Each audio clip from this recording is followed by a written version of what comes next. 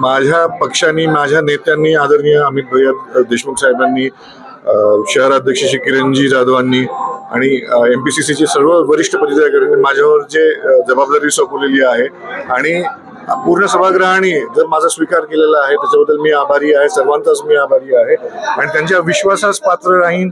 शहराच्या अनुषंगाने, सगळ्यांच्या सोयींच्या अनुषंगाने उपयुक्त राहीन.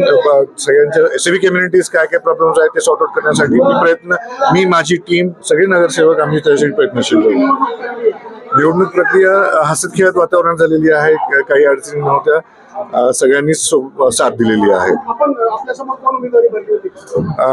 ह्यांनी कांबळे साहेबांनी भरलेली होती, वंचितची आहे पण ते आमच्या सोबतच आहेत, सहकारी होते, त्यांनी विड्रॉ केलेला आहे आणि त्यामुळेच बिनविरोध आहे आणि मी वंचित बहुजन आघाडीचा शतशः ऋणी आहे. मी माझे पक्ष, माझे नेते त्यांचा आभार व्यक्त करतो आपल्या तरी.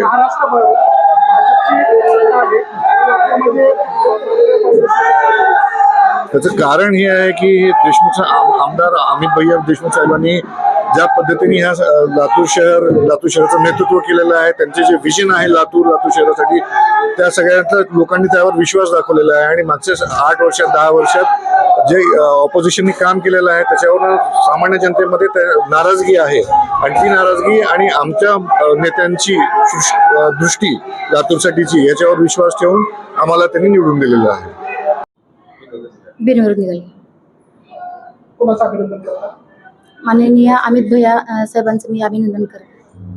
काय अजेंडा घेऊन आपण सुंदर शहर, स्वच्छ टापटीप शहर हे माझे उद्यान आहे.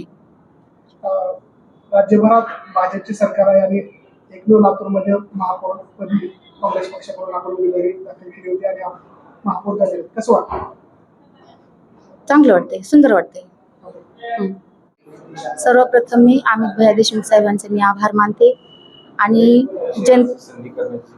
जनतेची सेवा करण्याची मला संधी दिली याबद्दल त्यांचे आभार मानते.